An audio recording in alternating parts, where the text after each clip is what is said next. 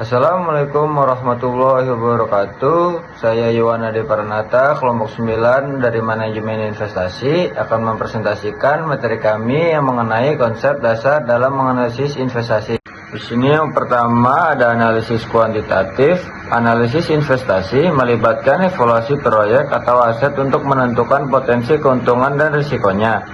Analisis kuantitatif dan kualitatif.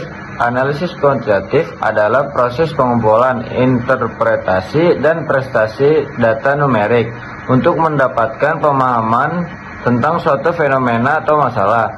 Dalam analisis kuantitatif melibatkan penggunaan metode statistik, matematika, dan teknik kuantitatif lainnya untuk menggali informasi yang terkandung dalam data numerik. Selanjutnya ada kelebihan dan kekurangan analisis kuantitatif.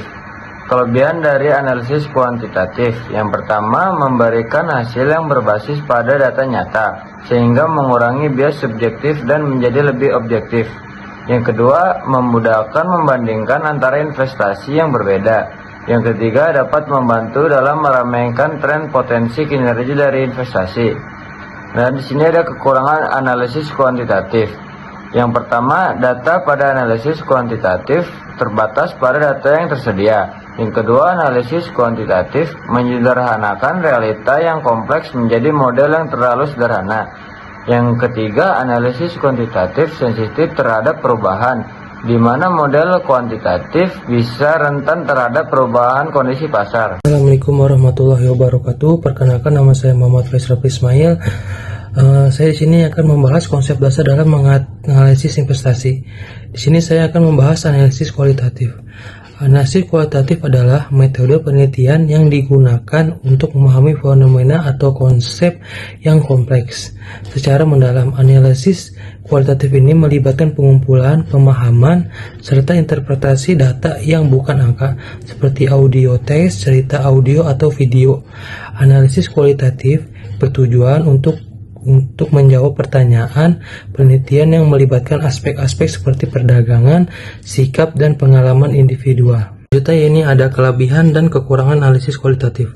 Kelebihan analisis kualitatif yang pertama yaitu analisis kualitatif memberikan wawasan faktor-faktor yang tidak dapat diukur secara monometrik.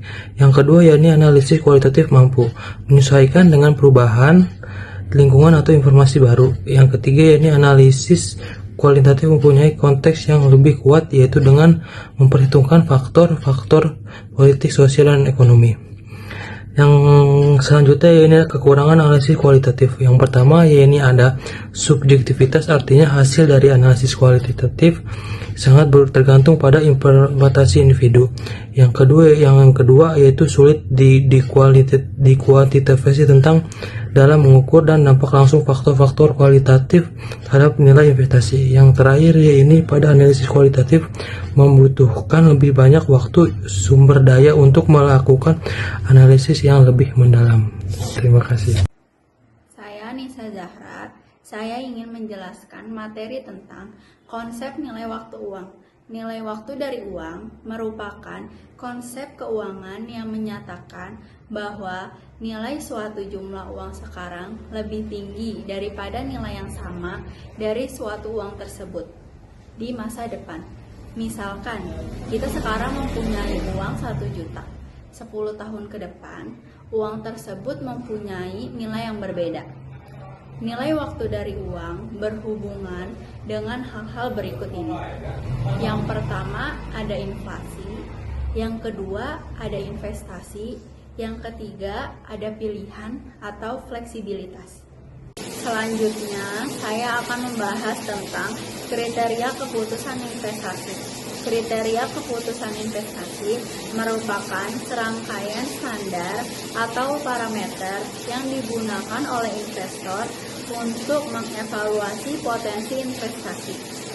Kriteria ini mencangkup beberapa faktor seperti tingkat pengembalian yang diharapkan, yang kedua ada resiko, yang ketiga ada jangka waktu, yang keempat ada likuiditas, dan yang terakhir ada kesesuaian dengan tujuan investasi. Tingkat pengembalian yang diharapkan merupakan proyeksi seberapa banyak investasi yang dihasilkan.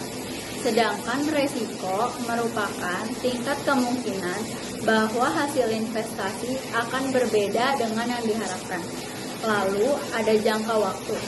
Jangka waktu adalah durasi waktu yang diharapkan untuk memegang investasi.